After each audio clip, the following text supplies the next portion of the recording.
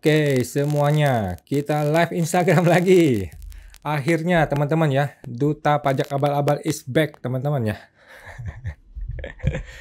Duta Pajak Abal-Abal is back. Welcome, Kang Joko Dynasty.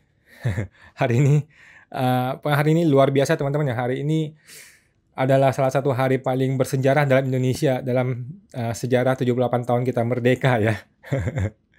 Dinasti tercipta. Oke, teman-teman, kita mau opening dulu, teman-teman ya. Welcome, gua Awan Chai ya. Buat teman-teman yang belum kenal, gua adalah Duta Pajak Abal-Abal, pelatih konsultan pajak pertama dan satu-satunya di Indonesia, teman-teman ya. Kita live Instagram gratis, teman-teman, di channel Pajak Smart setiap Senin jam 8 malam. Dan seperti biasa, gue perlu disclaimer dahulu guys ya, biar nggak salah ya, bahwa semua yang gue sampaikan di video ini adalah pendapat pribadi gue 100% teman-teman ya.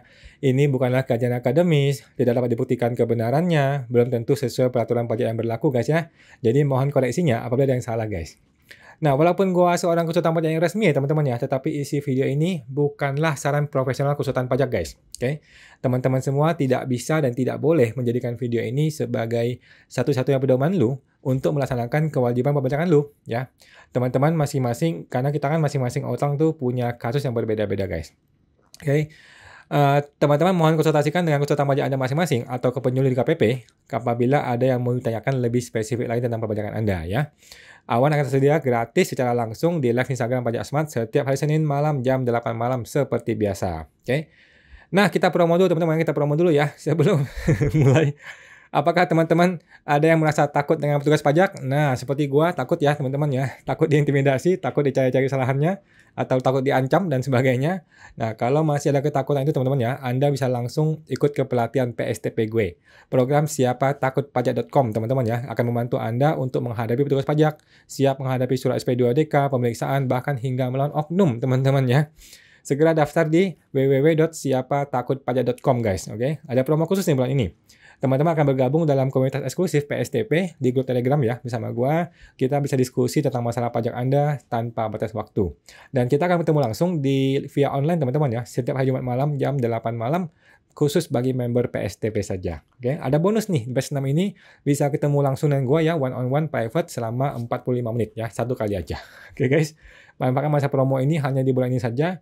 Silakan daftar di website www.siapatakutpajak.com ya, www.siapatakutpajak.com. Oke, bergabung sana guys, sampai jumpa. Oke, ada dua topik yang perlu gua sampaikan dulu teman-teman ya. Jadi awal pertama adalah mengenai selamat datang ya, Kang Joko Dynasty ya, dinasti Kang Joko. Mungkin lu tahu maksud gua teman-teman ya. Ini bukanlah sesuatu yang tiba-tiba guys ya. Ini adalah sesuatu yang sudah dipersiapkan sejak lama guys ya. Sejak lama teman-teman ya. Ini adalah suatu panggung politik yang diperlihatkan dengan terang benderang. Seperti itulah apa adanya politik teman-teman. Sudah bertahun-tahun dipersiapkan ya. Sekarang sudah matang gitu teman-teman. Ini barang udah jadi guys. Oke, ini barang udah jadi. Sudah bukan lagi saatnya kita berdebat. Oh, dinasti itu bagus, dinasti itu nggak bagus, dinasti itu begini, efeknya begitu-gitu. Itu udah omong kosong semua teman-teman ya. Dinastinya sudah jadi. Oke, sudah jadi, sudah ready, sudah matang teman-teman ya. Jadi bagi gue sih pemilu udah selesai. Bagi gue ya, bagi gue pemilu udah selesai. Kita tinggal pilih, lu mau dukung atau lu mau oposisi. Itu aja. By the way, gue mendukung teman-teman ya. Gue mendukung. Gue sebagai anak muda, gue mendukung anak muda jadi pemimpin. Oke? Gue tidak suka dengan politik dinasti ya. Gue tidak suka dengan politik dinasti. Gue suka dengan politik yang fair, yang benar gitu. Tetapi ini barang udah jadi ya. Kita mesti memilih. Dan gue memilih, gue harus mendukung ya. Karena ya barang udah jadi. Terlepas dari segala plus minusnya, gue mendukung dan kita juga mengkritik apabila ada yang salah ya, kita kritik juga gitu. Kita kan pengen negara yang lebih baik ya, kita pengen negara yang lebih baik, kita bukan pengen negara ini sesuai maunya kita gitu ya. Kalau emang dinasti itu bisa buat negara lebih baik, ya kenapa tidak? Gitu teman-teman ya. Contoh, Singapura kan dinasti, Filipina dinasti. Apakah negaranya jelek? Nggak juga sih ya, nggak juga ya. China, gimana China? Apakah jelek? Ya nggak juga sih ya, nggak juga teman-teman ya. Justru bagus ya. Yang penting kan kembali lagi rakyatnya ya. Kalau rakyatnya happy, bagus ya nggak apa-apa juga ya mau dinasti. Gue sih posisi gue menolak dinasti ya. Jelas posisi gue menolak dinasti. Tetapi ketika barang ini sudah jadi, pemilu sudah selesai, ya kebetulan orangnya seumuran gue juga ya, gue akan mendukung gitu. Dan gue ikut gue akan ikut menyumbangkan ide-ide yang bagus buat negara ini, dan gue juga akan mengkritik kalau emang ada yang salah ya dengan pemerintahan nantinya gitu. Gue happy sih, sebenarnya gue happy karena pemilu kali ini gue bisa golput. Karena bagi gue pemilu sudah selesai ya.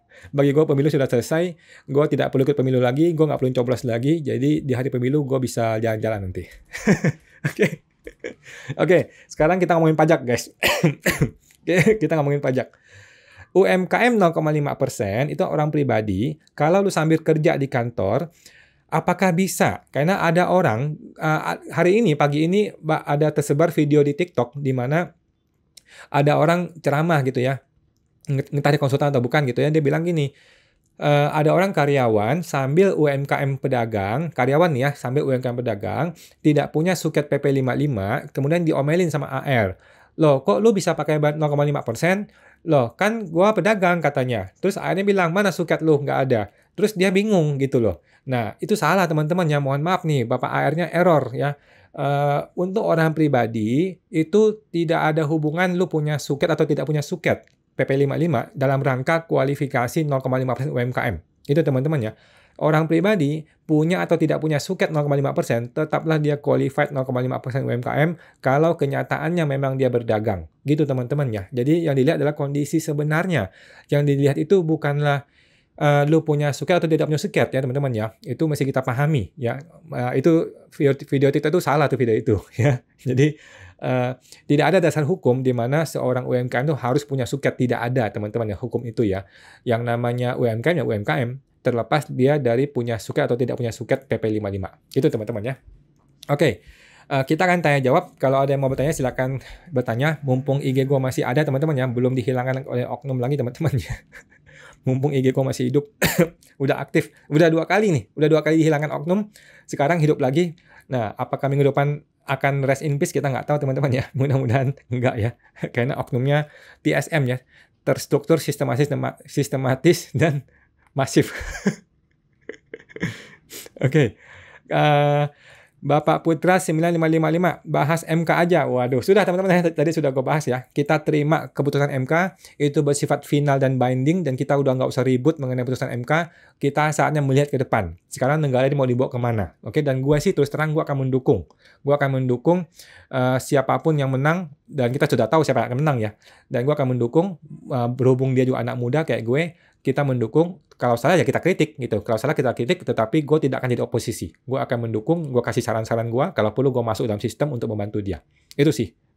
Tapi siapa yang mau masukin gue ke sistem ya? Oke. Bapak RRS Sie, malam kok, malam Pak.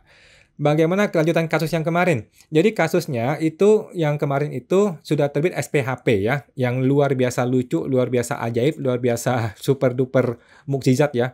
Tidak ada pembahasan apapun, tiba-tiba muncul SPHP, hasil pemeriksaan. Dan kita akan dipanggil untuk datang ke pembahasan akhir tanggal 24 ya, tanggal 24 Oktober, hari Selasa, dan kita akan live Instagram lagi. Kalau Instagramnya masih hidup, teman-teman ya. Kalau Instagramnya hilang, ya udah kita live dari YouTube. Oke, thank you Pak RSR. Nanti ya kita akan bahas mengenai SPHP-nya. Sudah gue bikin videonya hari ini ya. Sudah ada video hari ini di YouTube tentang SPHP itu. Apa isinya? Kita bisa lihat apa adanya, kosong semuanya. Oke, thank you Pak RSR. Lanjut. Lagi batuk. Bapak Ari Budiarta, malam kawan, malam Pak Ari, malam teman-teman semua. Bapak Tamara Tanu, malam kok, maaf, boleh nanya nggak gimana lanjutan pemeriksaan kemarin? Iya, jadi kemarin pemeriksaan tidak ada angin, nggak ada hujan, tidak ada pertemuan lagi, tidak ada pembahasan apapun, tiba-tiba muncul SPHP, surat pemberitahuan hasil pemeriksaan. Memang gila tuh orang, nggak ada malu. Tapi nggak apa-apa, kita hadapin, kita jalankan sesuai prosedur guys. Oke, nanti tanggal 24 Oktober kita akan live lagi langsung dari KPP. Oke, mudah-mudahan nggak dihalang di depan pintu ya. Oke, thank you buat Tamara. Semoga terbantu. Bapak Rokim Syah, aplikasi akuntansi yang biaya ekonomis yang seperti SPT seperti dibahas di webinar rekening direktur bisa diserta buat bayar pajak. Kalau saya Pak, saya pakai accurate.id ya, accurate.id ya, ACCURATE ya, accurate.id. Itu adalah software yang gue pakai.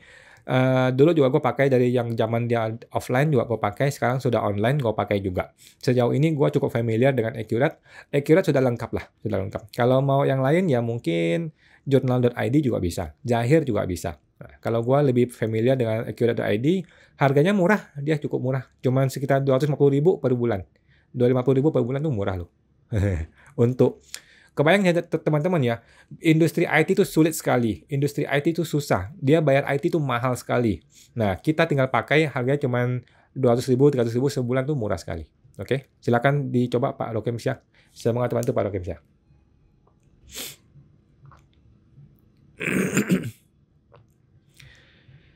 Lanjut Pak Budi T2PB. Izin tanya Pak, perusahaan punya pekerjaan jasa tracking, lalu diserahkan ke pihak lain dan kita mendapatkan fee. Apakah fee termasuk objek PPN? Soalnya ada yang bilang objek, ada juga yang bilang bukan objek. Kalau Bapak PKP Pak ya, kalau Bapak PKP, menurut saya jadikan objek PPN, beres. Bapak nggak usah ribut sama AR. Gitu Pak ya. Tapi kan PPN-nya itu kan bisa pakai yang 1,1% Pak ya. Kalau Bapak memang punya izin jasa tracking. Coba Bapak atur lagi deh. Nah, kalau Bapak punya izinnya, Bapak bisa pakai yang jasa DPP nilai lain, yang 050, yang 1,1%. Gitu sih, Pak. Tetapi, menurut saya jangan main-main untuk tidak PPN-kan. Nanti resiko, kita yang kena. Nanti kita ribut sama AR. Gitu sih, Pak. Karena kalau sudah PKP, ya udah deh, kita mainnya full PPN. Cuman ganti tarif aja. Cuman tarifnya kita bisa atur jadi 1,1 kan, kalau jasa tracking. Nah, saya mau teman-teman tuh Pak Budi. Bapak Rizal Efriansyah. Sempat lihat juga di TikTok. Jangan-jangan nakut-nakutin bang konsultannya. Iya, jadi konsultannya, gue mau bilang bego susah juga ya. Nanti gue ribut sama dia. Ketika AR tanyain kita tuh jangan bodoh, teman-teman ya. Ketika AR tanya, lu kok bayar 0,5%? Kita mesti jawab, memang salah apa pak? Gitu. Oke. Terus AR bilang, loh mana suket PP55-nya? Kita jangan bingung, kita mesti tanya, memang ada aturan pak yang bilang harus ada suket PP55 pak? Tanya balik ke AR-nya, jangan bodoh. Kita ini wajib pajak, teman-teman ya. Jangan dibilang, oh lu nggak qualified nih 0,5%. Ya nggak bisa begitu. Mana aturannya Pak AR? Tanyain teman-teman ya. Dia itu pejabat. Dia itu punya tugas, kewajiban untuk menjelaskan ke kita gimana aturan yang betul. Jangan cuma asal ngomong. Kesel gue sama yang begituan ya. Kita jangan bodoh teman-teman ya. Kita tanya ke AR.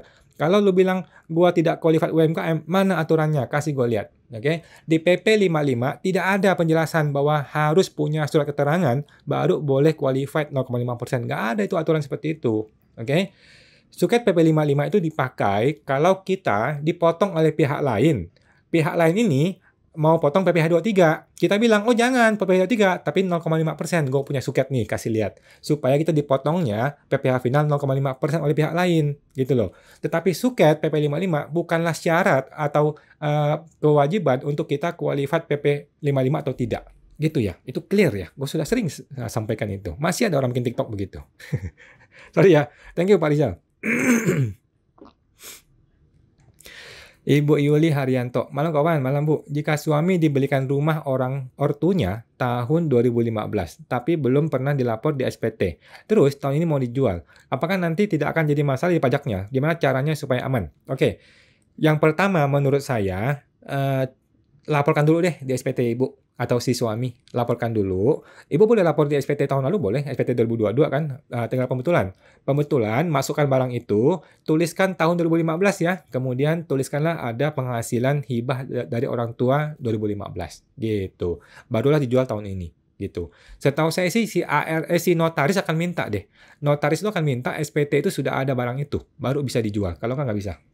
Jadi kita perlu pembetulan 2022, masukkan rumah itu sebagai hibah, kemudian ibu baru jual tahun ini. Gitu. Apakah kena pajak? Jawabannya enggak, karena hibah. Oke. Nah, cuman ibu perlu surat hibah kalau gitu. Nah, supaya jelas, coba cek deh. Waktu dulu dikasih sama orang tuanya, itu bentuknya dikasihnya uang atau dikasihnya rumah. Kalau dikasihnya uang, berarti ada bukti transfer. Ya kan? Kalau dikasihnya rumah, berarti ada proses perpindahan balik nama. Nah, disitulah kita membuktikan bahwa kita nih sudah dikasih barangnya oleh orang tua sejak 2015. Nah, berhubung ini sudah kadaluarsa juga anyway, jadi harusnya aman. Gitu sih, Bu ya. Saya mau teman-teman Bu Yuli. Ibu VV68. Malam Pak, malam Bu VV. Jika saya sebagai shareholder meminjamkan uang ke PT tanpa bunga, Jika kita tidak menerima bunga, apakah menjadi pertanyaan di perpajakan di kedua belah pihak? Jawabannya iya, Bu. Jawabannya iya. Jangan lagi kita main-main pinjamin uang ke sebuah PT tidak pakai bunga. Itu nggak make sense, nggak masuk akal, jangan dilakukan. Ya, walaupun itu fakta ya. Kan fakta kan kita pinjamin uang ya nggak usah balikin deh. Maksudnya nggak usah dibungain deh, nanti aja gitu. Tetapi jangan, karena itu nggak bisa. Nggak diterima oleh AR.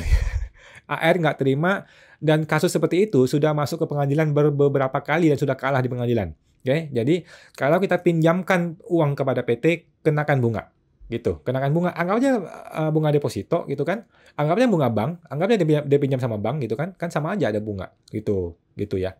Jadi kenakanlah bunga wajar ya, bunga wajar bank, bukan bunga yang terlalu rendah juga sih. Kan Ibu juga dapat duit kan lumayan. Gitu sih, Bu. Nah, kalau Ibu tetap mau paksain tidak pakai bunga, Ibu masukkan sebagai modal saham. Oke, perubahan modal, masukin saham, beres gitu. Tapi jangan yang namanya pinjaman tanpa bunga itu sudah kalah di pengadilan, nggak bisa menang. Gitu sih, Bu. Saya mau bantu, Bu Feve. Bapak Pink Style Butik Bangkok. Malam kok, malam Pak Butik. Mau tanya kalau kewajiban perpajakan PT perorangan apa saja kok? Oke, PT perorangan itu sama seperti CV, sama seperti PT biasa. Jadi kewajiban perpajakannya itu sama seperti badan-badan yang lain, Pak. Ada PPh, PPh itu ada PPh 21, 22, 23, 4 ayat 2. Kemudian ada kewajiban PPN kalau dia PKP. Kemudian pembukuan wajib ya, Bapak ya teman-teman semua, PT perorangan mau omsetnya 10.000 ataupun 10 juta ataupun 10 miliar, tetap harus ada pembukuan lengkap teman-teman ya. Pembukuan adalah tulang punggung dari sebuah perusahaan teman-teman ya. Jangan remehkan pembukuan. Oke, pembukuan harus lengkap ya. Ada neraca, ada laba rugi, ada buku besar. Ini wajib. Kalau nggak ada buku besar, itu namanya akunting nembak. Nggak boleh juga. Jadi akunting nomor 1, akunting ya teman-teman. Nah, semua teman itu Pak Pink Style.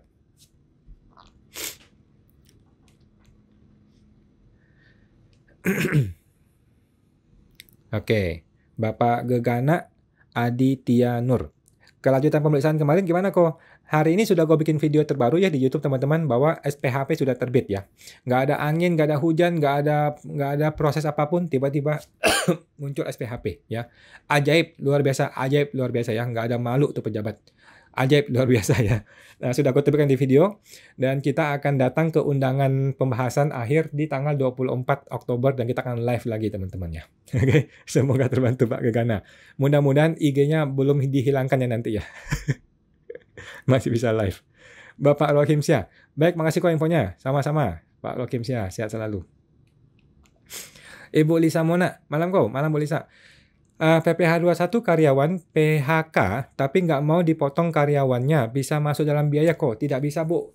Jadi PHK itu kan ada uang pesangon ya. Nah, uang pesangon itu kalau nggak salah 50 juta tuh nggak kena pajak.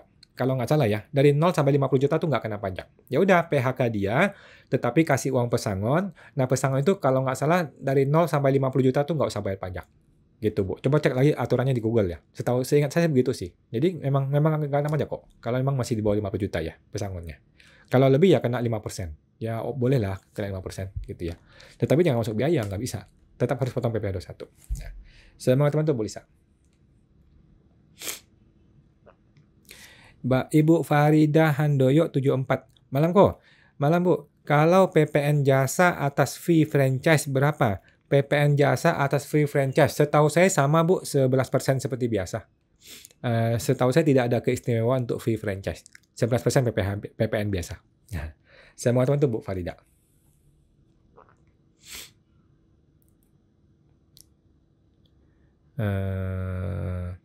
Bapak Fani Pang. Kok pembuatan CV Oktober 2023? Oh, selama ini OP 0,5%. Kalau CV baru digunakan awal 2024 nggak apa-apa ya? Kemudian pakai 0,5% bisa ya? Oke, jawabannya bisa Bu, 0,5%. Tetapi 4 tahunnya sudah dihitung tahun pertama itu tahun ini. Oke, jadi CV itu bisa 0,5%, 4 tahun itu sudah dimulai. Walaupun dia belum mulai usahanya ya, tetapi jangka waktunya 4 tahun, itu 2023, 24, 25, 26. Jadi Desember 2026 sudah berakhir PPh 0,5% ya Bu ya. Jadi PPh 0,5% adalah sejak dia punya NPWP, bukan sejak dia mulai bayar ya. Gitu Bu ya. Jadi bisa Bu, silakan dilanjutkan. Nah, semoga teman-teman Bu Fani Pang. Ibu Fei 68. Tanya Pak, jika kami perusahaan tracking, kami mengalihkan muatan ke perusahaan tracking lain, tapi invoice perusahaan kami yang buat. Jadi pendapatan masuk ke perusahaan kami dulu. Pajak apa saja yang dikenakan? Menurut saya biasa saja sih Bu, pajak seperti biasa ya. Jadi Ibu kan menginvoice customer, kemudian dipotong PPh 23, kemudian Ibu akan diinvoice oleh si tracking rekanan Ibu kan. Nah, nanti akan diinvoice, Ibu tinggal bayar, Ibu potong PPh 23 atau 0,5% sesuai dengan kondisi suketnya kalau ada. Gitu sih Bu. Mengenai PPN kan PPN normal ya. PPN normal, siapa yang buka invoice ada PPN. Gitu sih Bu. Nah, semangat teman tuh Bu Feve. Bapak Niluh Putu Aprianti Kemara. Pak, saya mau tanya, kalau dokter gigi punya klinik, kan setahun pakai Norma kan Pak? Kalau dia punya klinik tapi pakai nama orang pribadi, dia pakai Norma. Iya sih Pak. Ada sih yang pakainya 0,5%, tapi lebih baik bikin PT aja sih. Bikin PT atau PTP mungkin lebih tepat ya, kalau mau pakai 0,5%. Kalau orang pribadi lebih cenderung pakai Norma. Betul Pak, pakai Norma sih, lebih cenderung. Nah, saya mengatakan tuh Pak Putu. Ibu Tirja Kezia. Jadi untuk yang jual retail input manual di form AB dan yang detail input di form A2.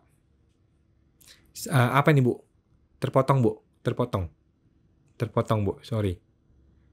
Oke, Ibu Suryati 10.15. Malam Bu Suryati. Mau tanya, kalau laporan SPT tahunan pribadi ada kesalahan dari tahun 2018 sampai sekarang. Karena konsultan saya lapornya asal-asalan. Waduh. Sampai ada SP2DK dari kantor pajak. Gimana solusinya kok? Gampang Bu, solusinya pembetulan SPT. Gitu Bu, beres ya. Jadi Ibu rapikan lagi, 18, 19, 20, 21, 22 dirapikan kembali ya. Hartanya dirapikan, hutangnya dirapikan, penghasilannya dirapikan. Kalau ada pajak kurang dibayar tinggal dibayar, gitu sih Bu, nggak ada masalah. Itu Bu. Saya kemarin pembetulan 2017 sampai 2022. Ada klien saya. Udah ada 2 orang kemarin ya. Dapat SP2DK, kemudian pembetulan 17, 18, 19, 20, 21, 22. Laporin pembetulan semua. Nggak apa-apa sih Bu, nggak masalah. Gitu ya. Sama tentu Bu Suryati. Kalau emang ada pajak mesti dibayar, kita bayar. Oke. Ibu VV68. Melanjutkan pertanyaan pinjaman ke PT, Pak. Jika pribadi ke pribadi, apakah boleh tanpa bunga? Kalau pribadi ke pribadi, masih boleh sih, Bu. Masih boleh tanpa bunga. Di aturan itu di PP 90, kalau nggak salah ya, tahun 2010 ya. Itu yang dimaksud tanpa bunga yang tidak boleh itu adalah yang pinjaman pemegang saham. Jadi shareholder pemegang saham itu kalau kasih pinjaman tidak boleh tanpa bunga. Gitu. Kalau orang pribadi ke pribadi sih, nggak ada masalah sih, harusnya ya. Sejauh ini sih belum pernah kena masalah. Selamat teman Bu Feve. Ibu Yuli Haryanto.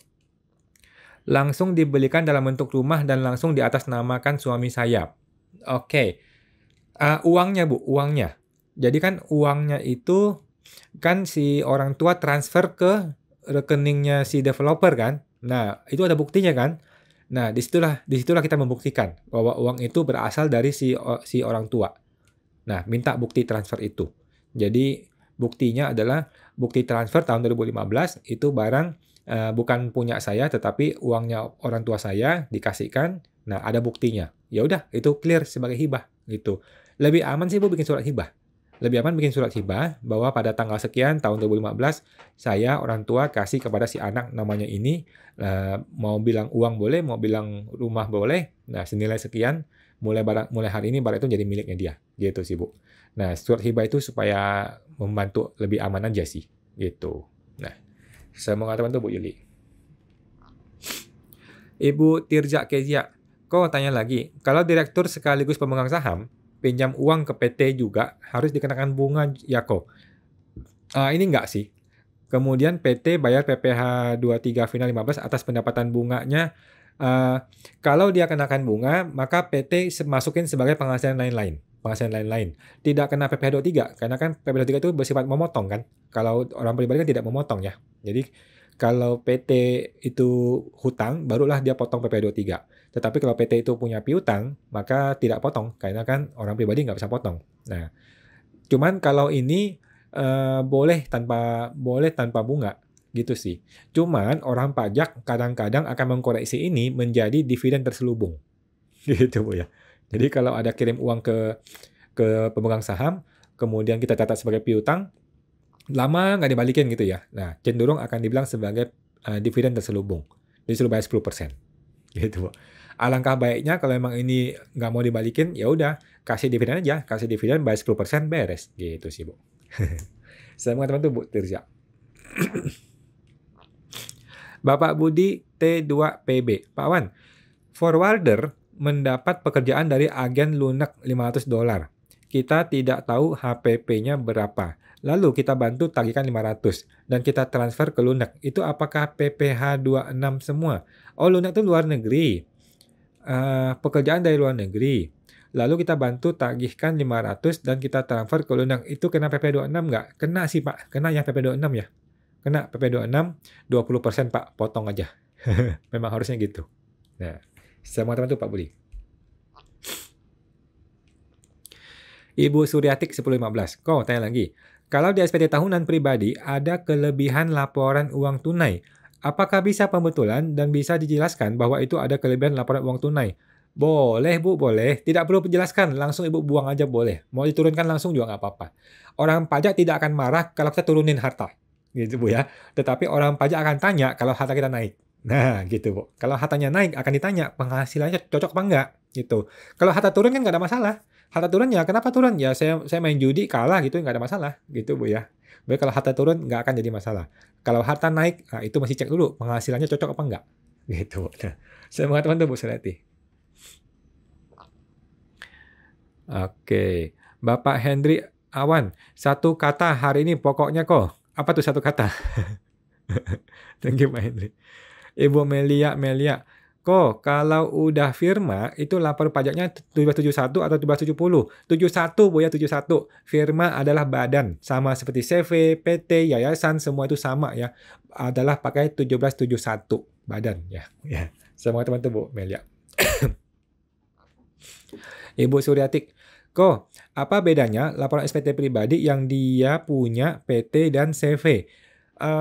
Pada dasarnya sama saja Bu. Kalau dia punya PT, maka dia terima penghasilan dividen dari PT kan. Dividen itu bisa dua macam. Bisa dividen yang kena pajak dia bayar 10%, atau dividen yang dia investasikan sehingga tidak kena pajak. Gitu. Kalau CV, penghasilannya namanya prive. Prive itu tidak termasuk objek pajak. Gitu aja sih Bu bedanya. Terus kalau dia di PT, dia ada terima gaji. Dia terima gaji, berarti ada terima formulir A1 setiap setahun satu kali. Gitu doang, Bu. Nah, saya mau itu Bu Surati. Bapak Henry Awan, kau mau tanya, fee marketing yang punya MPWP sama enggak, tarifnya berapa ya? Kalau saya sih Pak ya, paling gampang adalah masukin PPh 21. Oke, kalau dia orang luar, maka kita masukin kategori bukan pegawai. Oke, bukan pegawai itu kalau punya NPWP 2,5%, kalau non NPWP itu 3%. Sesimpel itu sih Pak. Nah, cuma cara ngitungnya ini. Cara ngitungnya adalah bruto kalikan 50% kalikan tarif.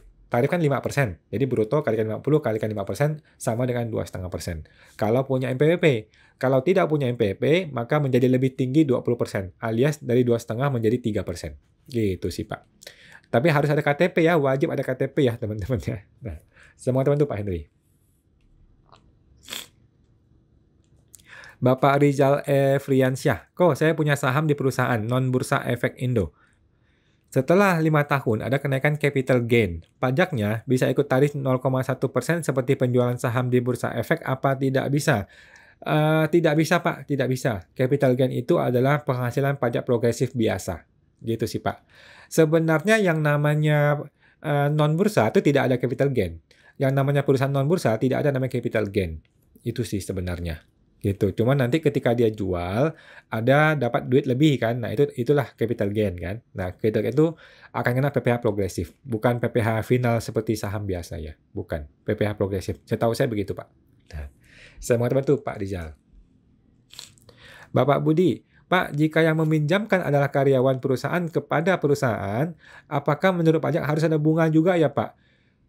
Ini belum pernah kejadian sih, Pak. Jarang-jarang nih ada karyawan yang bukan pemegang saham kasih duit kepada perusahaan.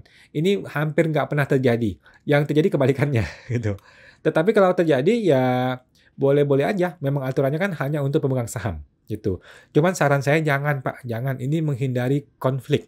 Bapak akan konflik dengan AR, nanti ribut sama AR. Nanti AR tanya, "Lu siapa? Kenapa pinjamin uang sama perusahaan? Mestinya perusahaan yang gaji lu, kok bisa lu kasih perusahaan duit?" Nanti akan jadi keributan-keributan dengan AR yang nggak perlu Pak. Gitu ya. Jadi kalau bisa hindari hal-hal seperti ini. Kalau memang ada orang mau taruh duit di PT, mau chip in gitu ya, ya udah masukin sebagai saham. Ubah aktenya, tambah masukin sebagai pemegang saham. Jadi beres. Gitu Pak. Nah, semoga teman-teman Pak Budi.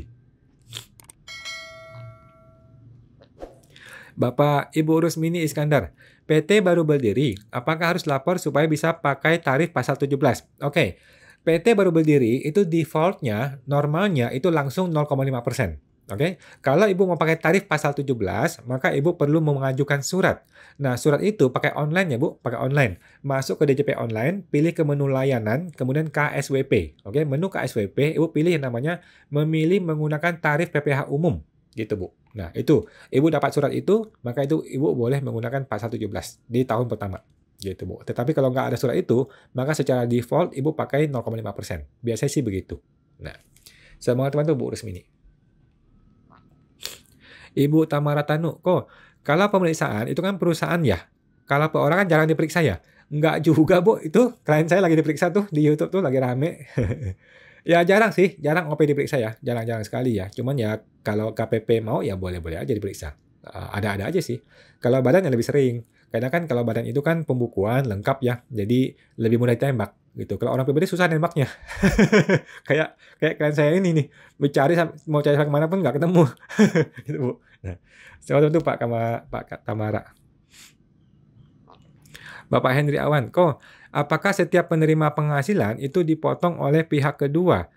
Enggak juga Pak, enggak juga. Kadang-kadang dipotong, kadang-kadang nggak dipotong. Gitu. Kalau pihak keduanya itu PT, maka seharusnya dia memotong. Gitu. Tapi kadang-kadang kan kalau perusahaannya nggak rajin, dia nggak punya orang pajak, dia nggak motong. Ya udah, kita terima apa adanya. Gitu Pak. Nah, semua teman tuh Pak Henry. Bapak KJ Aksesoris Malam kok, malam Pak KJ. Kalau perusahaan berlokasi di Batam, jika ada transaksi perusahaan ini tidak terbitkan faktur pajak ya, dan tidak menagih PPN. Setahu saya tetap terbitin Pak, cuman PPN-nya 0. Karena termasuk kawasan bebas. Benar begitu tidak kok? Terima kasih. Setahu saya Pak ya, setahu saya ya, takutnya salah juga. Yang namanya perusahaan di Batam tuh, kalau dia PKP, dia tetap buka faktur pajak. Gitu. Tetap buka faktur pajak, cuman nilainya 0. Gitu. Cuman kalau dia memang berdirinya di Batam, maka dia non PKP. Setahu saya gitu sih. Kalau dia berdiri di Batam, maka dia non PKP. Jadi nggak usah buka faktur. Tetapi kalau dia sudah PKP, mungkin dia punya cabang di luar, atau dia dari luar buka cabang di Batam, dia sudah PKP sejak awal, maka dia tetap buka faktur, cuman nilainya 0, PPN-nya 0. Setahu saya sih gitu Pak. Nah, semua teman tuh Pak, KJ Aksesoris. Ibu Rainci, malam kok? Malam Bu, saya mau tanya, apakah bisa saya menggunakan PPh final UMKM dan norma kalau saya punya usaha dagang dan pekerjaan bebas? Jawaban saya bisa. Jika iya, apakah harus melakukan pemberitahuan norma? Norma perlu Bu ya, perlu ya. Norma itu tetap perlu sehubungan dengan pekerjaan bebasnya. Oke. Sedangkan PPh finalnya tidak perlu cetak suket PP 23 atau PP 55. Kalau Ibu mau cetak boleh, cuman kayaknya nggak bisa dua-duanya deh. Jadi norma lebih penting. Norma lebih penting Ibu cetak untuk pekerja bebas, sedangkan yang PP 55 coba cetak. Kalau berhasil ya bagus, kalau nggak berhasil tetap bisa pakai final UMKM. Gitu Bu ya. Jangan dengerin yang TikTok ya, itu salah tuh. Yang mengatakan kalau pegawai sekaligus pedagang itu harus dapat suket dulu baru bisa 0,5%. Nggak begitu. Karena tidak ada kewajiban itu dalam PP 55. Nah, sama teman-teman tuh Bu Rain. Bapak Uncle Jo, woi, kok batasan 500 juta UMKM gratis pajak sampai kapan ya? Sampai selama-lamanya selama peraturan Undang-Undang HPP belum dicabut Pak. Nah, kalau Undang-Undang Cipta Kerja dicabut, nah cilaka kita. Jadi selama Undang-Undang HPP masih berlaku, maka itu masih berlaku. Yang 500 juta UMKM tidak kena pajak. Nah, saya mau ngatakan itu Pak Uncle Jo. Bapak Hakar tadi punya 20 karyawan. Tapi PPh 21 masih nihil tiap bulan karena masih di bawah PTKP. Dan tahun ini baru ada beberapa yang perlu dipotong di bulan-bulan akhir tahun ini karena total udah lebih dari 54 juta. Oke, terus masalahnya apa Pak? Masalahnya Pak, nggak ada masalah ya? Sudah betul Pak ya, sudah betul Pak Kardi, nggak ada masalah. Pokoknya kalau ada satu aja karyawan yang melebihi 4,8 melebihi PTKP, maka perlu dipotong PPh 21 dan di bulan itu perlu lapor SPT PPh 21. Gitu doang sih. Nah, saya mengatakan tuh Pak Harka Kartadi. Ibu Feve, makasih Pak. Sama-sama Bu Feve. Ibu Rina Put, malam kok, malam Bu Rina. Untuk bunga atas pinjaman itu antar PT itu kena tarif berapa persennya? Saran saya sih Bu, gunakanlah tarif bunga bank. Jadi coba tanya ke bank, kalau gue pinjam di bank berapa bunganya saat ini? Nah, gunakan bunga itu. Gitu. Kalau itu terlalu berat, ya pakai bunga deposito lah, minimal lah. Mungkin 4%, 5% gitu ya. Kalau mau yang bagus ya mungkin sekitar 10 atau 12% itu lebih wajar ya. Kalau mau direndahin ya minimal bunga deposito lah. Saya mengatakan itu Bu Rina Put. Pak Budi, Pak, data PPN seharusnya bisa dikreditkan. Namun karena PPN masukannya kebanyakan, jadi boleh tidak Pak kita jadikan beban PPN saja? Jawaban saya boleh. Soalnya ada teman yang bilang kalau seharusnya bisa dikreditkan, tidak bisa dijadi beban. Enggak juga. Boleh ya. Jadi kalau seharusnya dikreditkan, kita mau jadikan beban, itu boleh. Cuma pertanyaan saya, kok bisa begitu? Kok bisa PPN-nya terlalu besar? Jangan-jangan ada penjualan yang belum dilaporkan, jangan-jangan ya. Gitu ya. Terutama orang-orang yang kelebihan PM itu gara-gara mungkin dia transaksi dengan BUMN gitu ya, sehingga dia dipungut, atau sama bendahara sehingga dia dipungut gitu. Ya itu ya terpaksa deh. Dia mesti kreditkan, kemudian dia jadi LB, boleh restitusi, atau dia biayakan. Gitu sih, boleh juga dibiayakan, boleh juga dipilih sih. Gitu Pak. Nah, semangat itu Pak Budi.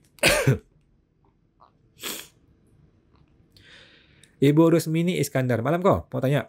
Buka toko banyak di beberapa lokasi. Apakah PPN harus disentralisasi? PPN itu boleh dipusatkan, Bu. Boleh juga tidak dipusatkan. Saran saya dipusatkan aja, biar gampang. Biar nggak ribet. Gitu sih, Bu.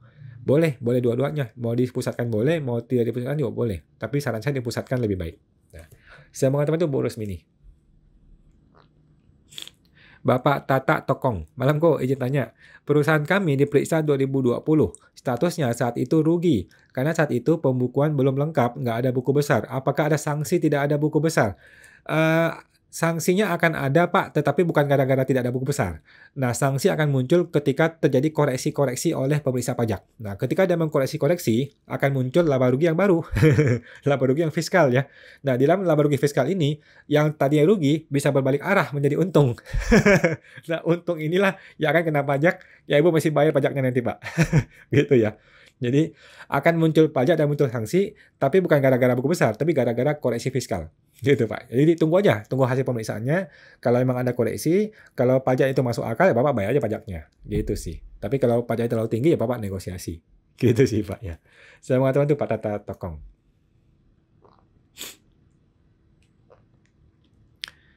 Oke, Ibu Suryatik 1015. Kok tanya lagi? Kita beli tanah harga 446 juta. Setelah dibangun, harganya menjadi 1 M. Apakah kita wajib bayar PPN-nya? Maksud Ibu PPN KMS ya? Oke. Kalau PPN KMS, Ibu perlu bayar kalau sudah membangun lebih dari 200 meter persegi. Setahu saya gitu ya. Kalau membangunnya lebih dari 200 meter persegi, bangunan itu, maka mesti bayar PPN KMS. Gitu, Bu. Kalau membangun di bawah 200 meter persegi, maka tidak usah bayar KMS. Gitu, Bu. Nah, saya mengatakan itu Bu Suryati. Bapak Budi SSS 89. Malam kok, malam Pak Budi. Kalau yayasan travel haji dan umroh ada pajak tahunan dan PPh 25 tidak? Setahu saya ada Pak, setahu saya ada dan itu seperti biasa saja. Nah, coba Bapak cek lagi ke aturannya, apakah mungkin ada aturan khusus untuk jasa umroh gitu? Setahu saya sih nggak ada aturan khusus ya, sama aja seperti biasa. Nah, saya mengatakan itu Pak Budi. Ibu Lili Lauren, malam kok, malam Bu Lili.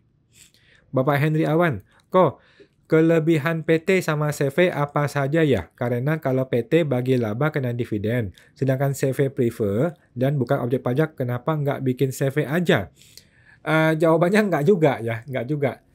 CV maupun PT itu akan kena dividen. Memang CV itu kan tidak kena pajak, tetapi kan mesti dipajakin dulu sebelumnya kan. CV itu sebelum kena bayar prefer kan harus bayar dulu PPh yang 22%.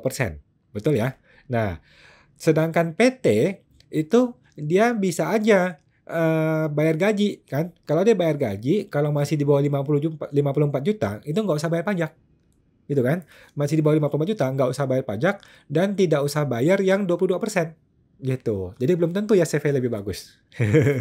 Kalau saya sih lebih cenderung PTP aja. Kalau saya cenderung ke PTP aja atau PT. Kalau CV, takutnya CV itu kan banyak orang bilang dia masih nyambung ke orang pribadi, masih nyangkut ke pribadi, status hukumnya. Gitu sih, Pak. Nah, jadi belum tentu CV lebih baik ya, belum tentu. Karena setelah dicek-cek juga, kalau PT kan dia bisa bayar gaji. Ya, bayar gaji kan bisa di bawah 54 juta, nggak usah bayar pajak, dan tidak ada PPh badannya. Nah, semoga itu Pak Henry. Ibu Lili Lauren, kalau orang tua pinjam ke anak, kena pajak nggak?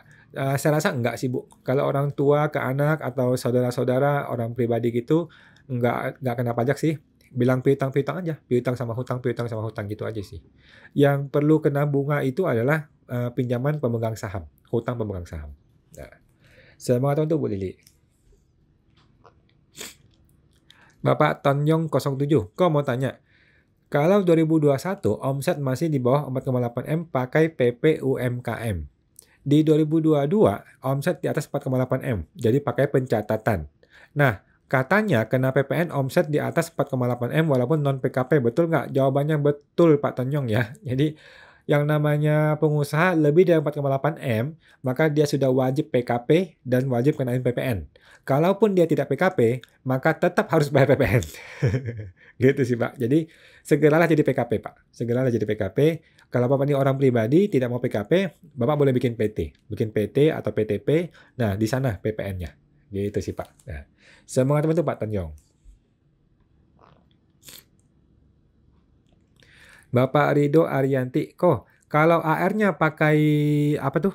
CTTOR buat hitung potensi pajak gimana kok? Apa tuh CTTOR, Pak? Tolong diketik lagi, apa tuh CTTOR? Apa dasar hukumnya? PMK berapa atau undang-undang apa yang menggunakan CTTOR untuk menghitung pajak bagi orang? Itu Pak, tanyain ke AR-nya. Semangat bantu Pak Rido. Bapak Pink Style Butik Bangkok. Kok saya kalau mau konsul untuk PTP, kewajiban-kewajibannya, akuntingnya, saya ikut PSTP atau konsul pribadi. PSTP Pak, di PSTP itu Bapak dapat konsultasi pribadi 45 menit. Itu Pak ya. Jadi lebih murah, paket hemat. PSTP Pak ya, lebih enak. Sama teman itu Pak Butik. Bapak KJ Aksesoris. Kok yang tadi perusahaan di Batam. Di Batam itu cabang, pusatnya Jakarta. Untuk transaksi dari cabang Batam yang non PKP, apakah tetap terbit faktur pajak yang diterbitkan oleh pusat Jakarta, tapi tidak ada pemusatan PPN? Coba Bapak konsul ke AR Pak ya. Coba konsul ke AR, feeling saya tetap buka faktur pajak deh. Tetap buka faktur, tetapi karena penyerahannya terjadi di Batam, dia tetap menjadi 0%. Jadi nggak kena PPN gitu. Cuma tetap terbit faktur. Setahu saya sih terbit ya Pak. Coba cek ke AR deh. Setahu saya tetap terbit, karena kan dia dari Jakarta kan. Nah, masalahnya lagi dia nggak pemusatan nih, masalah lagi nih. Coba cek lagi ke AR deh Pak, biar nggak salah ya. Cek ke AR di Batam biar lebih tahu. Nah, selamat bantu Pak Adik Aksesoris. Bapak Alki 22, hibah tanah dari orang tua ke anak. Apa bisa langsung dicatat di SPT? Jawabannya bisa. Dicatat di bagian mana? Jadi ada dua tempat Pak ya. Di bagian harta dicatat di bagian harta, bentuknya mungkin rumah, uang, atau mobil, motor di bagian harta masuk. Sebagian kemudian di lampiran 3. Di lampiran 3 yang namanya penghasilan yang tidak termasuk objek pajak. Nah, itu di bagian nomor 1 atau nomor 2 gitu deh, hibah. Oke? Masukin situ Pak. Jadi hibah di lampiran 3, kemudian harta di lampiran 4. Gitu. Masukin di situ Pak. Dan kalau bisa ada dokumen pendukung ya. Kalau hibah, kalau bisa ada dokumen hibahnya biar lebih jelas. Nah, tidak harus notaris sih, surat biasa juga bisa. Selamat untuk Pak Alki. Bapak Budi, Pak, jika kita pemberian cuma-cuma, contoh untuk sampling, karena cuma-cuma, jadi tidak mengambil penjualan dan memungut PPN. Untuk lawan transaksi kode 04 perusahaan yang diberikan cuma-cuma atau perusahaan kita ya. Kita yang kasih barang Pak, yang punya barang dia buka faktur ya, yang buka barang dia buka faktur 040 atau 050. Gitu sih Pak. Yang punya barang yang buka faktur ya. Semoga teman-teman Pak Budi. Bapak Hakar tadi, Pak ini tadi saya tanya 20 karyawan PTKP dan tahun ini perlu dipotong. Apakah mereka harus buat NPWP terlebih dahulu baru saya potong? Pakai nik KTP karyawan bisa? Jawabannya boleh Pak pakai nik KTP, tetapi pajaknya lebih tinggi 20%. Gitu sih Pak. Kalau mereka bersedia dipotong lebih tinggi 20%, nggak usah pakai NPWP, nggak apa-apa. Yang penting ada nomor nik. Tetapi kalau kita yang tanggung, perusahaan yang nanggung, ya mending pakai NPWP ya, supaya lebih rendah pajaknya. Gitu sih Pak. Jadi boleh-boleh aja non NPWP, tetapi lebih tinggi 20% PPh 21-nya. Ya. Semua teman itu Pak Kar tadi. Bapak Hendri Awan, kok konsep 3M itu seperti apa? Seperti PT yang bergerak di bidang manufaktur, ada jasa tenaga ahli, misalnya audit. Bisa dikalikan PPN-nya karena konsep 3M dan dasar yang mengatur ada di peraturan mana. Oke, 3M itu Bapak coba cek di KUP atau di PPH ya, di Undang-Undang PPH atau Undang-Undang KUP. Intinya sih Bapak bisa nggak membuktikan bahwa jasa audit ini berhubungan dengan 3M. 3M itu apa ya? Memperoleh, menagih, dan mendapatkan ya. Memperoleh, menagih, dan memelihara. Memperoleh, menagih, memelihara pendapatan Bapak, penghasilan. Kalau Bapak bilang begini, kalau saya nggak diaudit, saya nggak dapat tender nih. Nah, berarti kan berhubungan. Kalau saya nggak diaudit, saya nggak dapat proyek nih. Berarti kan berhubungan. Gitu. Nah, jadi Bapak mesti bisa buktikan itu. Sepanjang Bapak bisa membuktikan itu, maka itu menjadi pajak masukan yang boleh dikreditkan. Gitu aja sih. Selamat itu Pak Henry. Bapak Andi sini, malam kok, malam Pak. Apakah pembelian aset bisa mengurangi saldo laba ditahan? Tidak bisa Pak ya. Beli aset itu mengurangi bank atau cash, tidak mengurangi laba ditahan. Beda ya, mohon maaf. Laba ditahan itu hanya bisa berkurang gara-gara prefer atau dividen. Gitu Pak, laba ditahan ya. Semua teman itu Pak Andi sini. Bapak Renci, malam kok. Saya mau tanya lagi, kalau daluarsa pajak 5 tahun dan tidak bisa diperiksa lagi ya kok? Betul. Misalnya saya ada aset di tahun 2013 tidak ikut PPS. Ya, selamat deh Pak. Bagi orang-orang tidak ikut PPS, tapi ada harta 2016, 17, selamat ya, karena sudah lewat. Jadi DJP punya waktu 5 tahun untuk menemukan barang yang kita sembunyikan. Kalau barang kita sembunyikan tidak ketahuan sama 5 tahun, ya selamat. Gitu Pak ya. Selamat untuk Pak Ren. Bapak Rujak Jundul. Pak, untuk status UMKM yang 0,5% itu hingga tahun berapa ya? Kalau orang pribadi 7 tahun sejak dia punya NPWP. Kalau CV 4 tahun sejak punya NPWP. Kalau PT itu 3 tahun sejak punya NPWP. Kalau PTP itu 4 tahun sejak punya NPWP. Gitu Pak ya. Jadi gampang hitungnya. 7, 4, atau 3 tahun sejak dia punya NPWP ya. Gitu Pak. Kalau orang pribadi sudah lama sih, maka cenderung sudah berakhir di Desember 2024. Sorry guys, lagi pilek, batuk. Oke Pak Rujak, semangat bantu Pak Rujak. Bapak Budi, Pak, jika orang pribadi, suami istri, punya NPWP masing-masing, apakah boleh lapor menggunakan status KK? Jawabannya tidak boleh. Atau harus MT? Mohon penjelasannya. Jawabannya harus MT, Pak. Tetapi faktanya banyak orang nggak ngerti, dia lapor kakak, ya udah. Sepanjang nggak ketahuan sama air, ya kita diam-diam aja, gitu sih. Tetapi kalau ketemu konsultan, tanya saya, ya saya bilang harusnya MT. Gitu. Cuman MT punya konsekuensi. Kalau MT, maka penghasilannya akan digabung dahulu, baru dipisah proporsional. Nah, ini banyak orang nggak siap nih, karena pajak akan muncul di SPT tahunan. Gitu sih, Pak. Nah, kalau yang benar gimana? Ya MT yang benar. Gitu, Pak. Semua teman-teman Pak Budi. Ibu Nita Yunita, kok kalau UMKM baru berdiri pajak apa saja yang harus dibayar ya? Ini OP atau badan, Bu? Kalau orang pribadi dia cukup bayar 0,5% kalikan omset bulan lalu. Dibayar di bulan ini maksimal 15, tanggal 15. Gitu. Omset bulan ini dibayar bulan depan maksimal tanggal 15 ya. Orang pribadi. Kalau badan CVPT sama prinsipnya bayar UMKM 0,5%, tetapi ada kewajiban PPh 21 kalau dia ada gaji, PPh 23 kalau ada bayar jasa, PPh 4A2 lainnya kalau ada bayar kayak sewa gitu. Kemudian dia mungkin akunting ya, kalau badan wajib akunting dari awal ya, akunting lengkap. Gitu sih Bu. Nah, saya mau teman tuh Bu Nita. Ibu Lili Lauren, malam Bu. Mau tanya cara ikut Siapa Takut Pajak gimana kok? Ibu tinggal masuk ke website www.siapatakutpajak.com. Nah, gitu Pak Ibu ya. Tinggal buka website www.siapatakutpajak.com. Sambung semua. Oke Bu ya, thank you Bu. Semoga bergabung teman-teman ya sebelum Instagram saya hilang di rest in peace kan oleh teman-teman oknum. Bapak Sugengpur. Kok yang harus dikenai bunga itu piutang pemegang saham atau hutang pemegang saham? Jawabannya hutang pemegang saham. Bunganya minimal bunga deposito. Orang pajak maunya itu bunga bank, Pak. Bunga hutang bank. Jadi sekarang sih rate-nya sekitar 12%. Gitu sih, Pak. Normal sih sekitar 12% ya. 1% per bulan berarti kan 12% setahun. Normal seperti itu. Kalau Bapak terlalu berat, ya mungkin bisa 4%, 5% sesuai bunga deposito. Gitu sih. Hutangnya bukan piutang. Kalau hutang itu kan berarti kita bayar bunga, oke? Hutang kita bayar bunga, ketika kita bayar, kita potong PPh 23 15%. Inilah yang dikejar oleh si AR. Gitu Pak ya. Ketika kita bayar bunga, potong PPh 23 15%. Itu yang dikejar oleh AR. Nah, saya mau bantu Pak Sugeng. Ibu Rusmini Iskandar, sorry kok. Lanjut soal sentralisasi PPN. Toko-toko kecil tidak ada MPP cabang. Apakah PPN-nya wajib sentralisasi dengan permohonan ke Kanwil? Kalau tidak ada MPP nggak ketahuan Bu ya. Kalau nggak ada MPP nggak ketahuan ya. Ya udah gabung aja ke induk semua Bu. Yang penting kan Bapak Ibu laporkan penjualannya. Yaitu sih Bu. Kalau nggak ada MPP ya sudah. Berarti kan cabang itu tidak eksis. Secara pajak kan nggak tahu. Semua dilapor ke induk aja. Lebih enak sih. Perlu permohonan nggak? Perlu permohonan. Kalau sudah ada MPP-nya, mau dipusatkan ya perlu permohonan.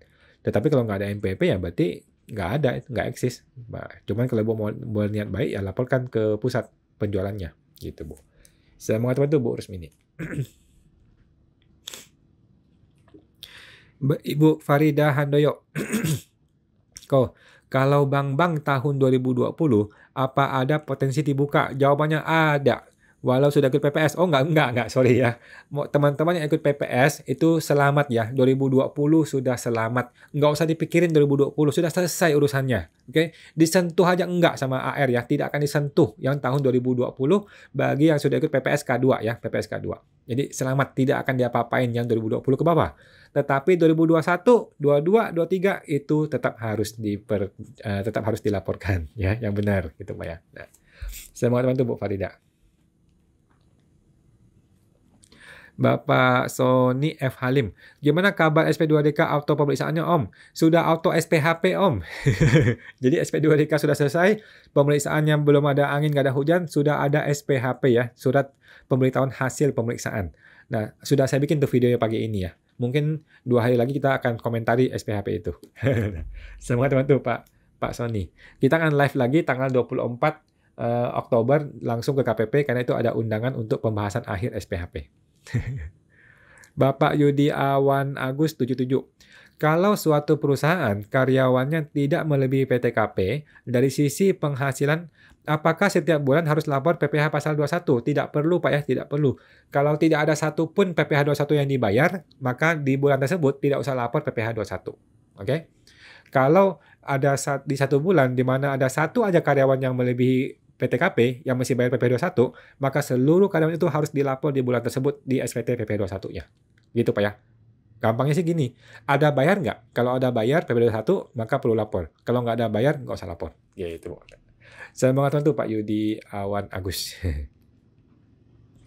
Ibu Nita Yunita, kalau PPN atas jasa tenaga kerja atau outsourcing, apakah dari keseluruhan atau hanya dari fee saja? Dari fee saja Bu, dari fee saja, itu sudah ada PMK-nya, tapi Ibu harus pisahkan ya, jasa manajemen dengan reimbursement gaji harus dipisahkan, supaya nggak bingung yang mana PPN, mana non-PPN, dipisahkan Bu. Kalau bisa sih dibikin invoice yang terpisah, invoice reimbursement gaji ya ini, invoice jasa manajemen itu ini, gitu. Sedangkan gaji itu tidak ada markup, jadi murni untuk bayar gaji, itu lebih aman begitu. Nah, saya mengatakan itu Bu Nita.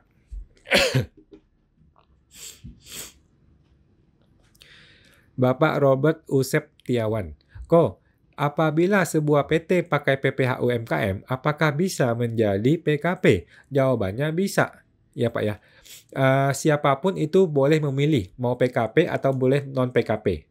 Tetapi kalau melebihi 4,8 M omsetnya, maka dia wajib PKP. Gitu Pak ya. Kalau di bawah 4,8 M, walaupun dia masih kecil, dia boleh memilih. Mau jadi PKP, boleh. Mau non-PKP, juga boleh. Nah, semoga teman-teman Pak Roberto Septiawan.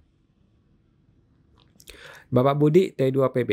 Pak, maksud yang dibuatkan kode 04, pemberian cuma-cuma, itu lawan transaksi yang diinput di faktur pajak itu perusahaan yang kita berikan pemberian cuma-cuma ya Pak? Betul Pak, betul ya. Jadi perusahaan lawan transaksi itu yang kita buka faktur itu. Cuman dia nggak usah bayar kan? Dia nggak usah bayar. Cuman PPN-nya itu mesti kita bayar sendiri. Gitu Pak. Nah, semoga bantu Pak Budi. Bapak Iktam Wira. Untuk PPh atas jasa konstruksi, apakah yang dikenakan atas jasanya saja atau keseluruhannya termasuk pengadaan bahan konstruksinya? Oke. Kalau dia bisa memisahkan yang mana bagian jasa, yang mana yang bagian barang, maka hanya jasanya aja yang kena PPh jasa konstruksi. Tetapi kan barang ini harus reimbursement ya bentuknya ya. Dia mesti kasih invoice resminya. Mana invoice resminya untuk reimbursement gitu. Kalau dia pusing, ya udah seluruh invoice-nya langsung potong PPh jasa konstruksi, beres urusannya. Gitu Pak Iktab. Jadi nggak pusing. Tetapi kalau dia mau hemat, ya udah dipisahkan mana jasanya, mana barangnya. Tetapi barangnya harus kasih nota resminya kepada si customer. Nggak boleh ada markup. Gitu Pak. Nah, saya mau teman itu Pak Iktam Bira. Bapak Herib 255. Malam Pak Wan, malam Pak Herib. Kalau orang pribadi setelah 7 tahun menggunakan PP23, kemudian setelah itu harus menggunakan tarif pajak seperti apa? Terima kasih. Jawabannya adalah menggunakan tarif norma, Pak. Nah, apa itu tarif norma? Bapak coba cek di Per 17 tahun 2015. Per 17 tahun 2015 mengenai norma ya, perhitungan norma. Tetapi teman-teman nggak usah khawatir, masih lama. Ini ini aja baru mau ganti presiden. Siapa tahu diperpanjang kan? Kita udah capek-capek ribut kemana-mana, diperpanjang 7 tahun lagi kan jelaka. Jadi nggak usah pusing dulu, teman-teman, masih lama ya, masih lama, masih udah presiden baru, menteri baru, semua masih udah baru semua nanti.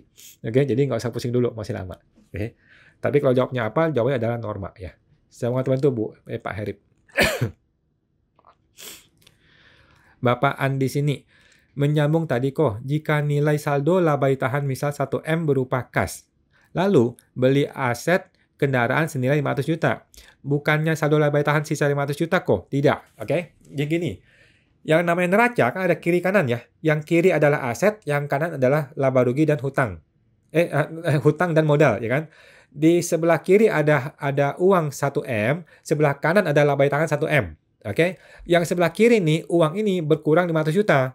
Tetapi nambah lagi harta 500 juta. Jadi kembali sama 1M lagi gitu Pak. Jadi uangnya yang tadi 500 yang tadi 1M itu berubah menjadi setengahnya adalah masih uang 500 juta, setengah lagi menjadi aset. Sedangkan laba ditahan tetap 1M gitu Pak ya. Mudah-mudahan ngerti Pak ya. Kalau Bapak nggak paham, coba Bapak buka Google, Bapak pahami konstruksi dari neraca. Neraca itu gimana konstruksinya? Aset itu di sebelah mana, hutang dan modal di sini. Yang Bapak berubah itu cuma aset. Aset itu cuma berubah komposisi doang, sedangkan totalnya tetap 1M. Gitu Pak ya. Saya mau teman tuh Pak An di sini. Bapak Ana, Ibu Ana, kalau beli rumah pakai nama anak, yang bayar angsuran orang tua, apakah data rumah tersebut masuk di SPT anak atau orang tua? Anak sudah punya NPWP. Kalau ibu memang niatkan mau kasih kepada si anak, maka laporkanlah di SPT anak. Oke? Nah, uang yang ibu kasih untuk beli rumah ini adalah hibah kepada si anak. Gitu, Bu. Itu kalau memang diniatkan kasih ke anak. Kalau nggak niat kasih ke anak, ya udah tetap dilapor di SPT kita, cuman namanya nama anak. Gitu sih. Kadang kan sesungguhnya pakai uang kita, pakai uang orang tua. Gitu aja sih, Bu. Nggak ada masalah. Nah, semoga teman-teman tuh, Bu Ana. Bapak KJ Asyuris Malangko. Kalau ada transaksi payroll recharge to perusahaan luar negeri, kena PPN dan terbit faktur pajak tidak ya? Terima kasih. Payroll recharge to perusahaan luar negeri. Kayaknya sih iya. Ini kan payroll pembayaran ya. Kalau bayar sih nggak ada PPN-nya, kan kita bayar. Tetapi akan potong PPh 26 Pak ya. Potong PPh 26 20%. Karena kan ke luar negeri. Setahu saya sih gitu ya. Nah, saya mengatakan tuh Pak KJ Aksesoris. Bapak JP Motret, Bang izin tanya, apakah kalau perusahaan grup di mana sesama anak usaha membayar dividen dengan anak usaha lain, apakah nggak dikenakan pajak atas dividen? Tidak Pak ya. Kalau pemegang saham adalah perusahaan, kemudian terima dividen, itu tidak kena pajak dividen berapapun nilainya. Dan tidak perlu diinvestasikan. Tidak wajib. Gitu Pak ya. Kalau perusahaannya. Kalau perusahaan pemegang saham terima dividen, maka itu sudah tidak ada PPh. Nah, saya mengatakan itu Pak JP Motret. Oke, Ibu Nita Yunita, kok kalau UMKM di bawah 500 juta, bukannya nggak bayar 0,5% ya? Iya Bu ya, hanya untuk orang pribadi. Kalau UMKM baru berdiri itu langsung kena 0,5% kan? Iya, masih bingung. Iya Bu ya, jadi UMKM di bawah 500 juta itu tidak kena pajak, betul, tetapi hanya untuk orang pribadi Bu ya. Kalau CV, PT, Badan, PTP itu semua tetap bayar 0,5%. Tidak ada batasan 500 juta itu nggak ada. Itu hanya untuk orang pribadi. Gitu Bu. Semoga teman tuh Bu Nita.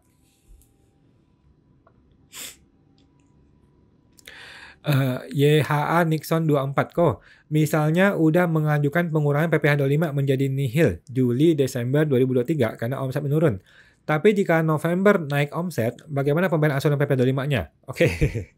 Jadi gini, apakah pengajuan Ibu sudah disetujui? Kalau pengajuan sudah disetujui, maka tetaplah gunakan angka yang itu terus sampai bulan Desember. Kan nanti Ibu akan bayar nanti ketika SPD tahunan kan? Jadi nggak ada masalah. Gitu sih. Tapi kalau nggak disetujui, maka ikuti angka yang sesuai yang di surat terbaru, di surat yang tidak disetujui itu. Gitu ya. Jadi nggak ada masalah sih. Semua teman tuh Bu Nixon. Bapak Sugeng Pur, kok kalau PT bayar piutang ke pemegang saham, oke, apakah ada pajak yang dikenakan? Makasih kok. Enggak sih. Kalau bayar piutang ke pemegang saham. Kalau piutang kan berarti uang masuk dong. Kalau PT bayar piutang ke pemegang saham, berarti kan ini uang masuk atau uang keluar nih Pak? Kalau ini uang keluar, berarti kan hutang ya. Kalau ini uang keluar, berarti hutang. Nah, kalau hutang, maka sebaiknya kenakan bunga. Nah, ketika bayar bunga, maka kena pajak atas bunga. PPh 23 15%. Gitu Pak ya. Nah, semua teman-teman Pak Sugeng. Ibu Queen Dewi Ratna, kok bagaimana jika CV tidak lapor PPh 21? Bagaimana menyiasati agar tidak atau meringankan sanksi? Jawabannya adalah harus dilapor kalau memang ada gaji yang melebihi PTKP, gitu sih Bu. Jadi kalau ada gaji yang melebihi PTKP, maka harus dilapor. Oke. Untuk yang kemarin-kemarin yang sudah terlanjur, ya udah Ibu bisa pemutulan kalau mau, bisa laporkan ulang, gitu sih. Jadi memang tidak usah meringankan sanksi, mulai sekarang jadi benar gitu. Mulai sekarang kita jadi orang benar, laporkan apa adanya yang betul, gitu. Yang kemarin-kemarin kita siap dengan konsekuensinya, gitu sih Bu. Gitu sih ya. Semua teman tuh Bu Queen Dewi Ratna. Bapak Lutfi Yantri Rina, kok bisa jelaskan secara singkat PPh final UMKM perhitungannya gimana? Gampang, 0,5% kalikan nilai omset atau bruto atau total penjualan. Udah, itu dibayar di bulan depan maksimal tanggal 15. Gitu Pak Lutfi, beres ya. Kalau orang pribadi itu ada diskon. Dari omset sampai 500 juta tidak usah bayar. Nah, omset melewati 500 juta barulah bayar 0,5%. Jadi kalau omsetnya 600 juta nih di bulan ini, berarti yang 100-nya bayar 0,5%. Yang 500 tetap nggak usah bayar. Gitu Pak Lutfi. Nah, untuk lebih jelas gabung ke PSTP Pak. Oke teman-teman, udah jam 9 lewat teman-teman. Yang saya tampung dulu teman-teman ya. Tampung dulu pertanyaannya, mudah-mudahan saya bisa jawab di video-video berikutnya ya. Oke, Bapak YH Nixon. Saya tampung dulu Pak ya, tampung dulu pertanyaannya ya. Bapak Yuna Dewi, kemudian Bapak Maya, oke, kemudian Bapak Ibu Sieling, oh nggak ada suara ya? Ibu Nita Yunita, oke, Bapak Yudiawan Agus, oke, Bapak Ya Nixon, oke, Bapak Herip 255, oke, sudah semua. Teman-teman, mohon maaf ya saya nggak bisa jawab semua karena masih ada kerjaan lain lagi. Dan mudah-mudahan saya akan jawab di video berikutnya ya. Teman-teman tinggal subscribe ke YouTube-nya Pak Yaksimat aja. Video yang hari ini akan terbit besok siang ya. Dan kalau saya sempat saya akan bikin lagi jawaban untuk berikutnya. Oke, buat teman-teman yang belum terjawab hari ini. Oke, mohon maaf semua yang belum terjawab ya. Kita akan tunggu video berikutnya ya. Sampai jumpa lagi di live Instagram minggu depan hari Senin jam 8 malam ya. Kalau Instagram saya masih hidup ya. Kalau nggak hidup ya udah kita masuk ke YouTube. Sampai jumpa teman-teman ya. Terima kasih semuanya. Mari.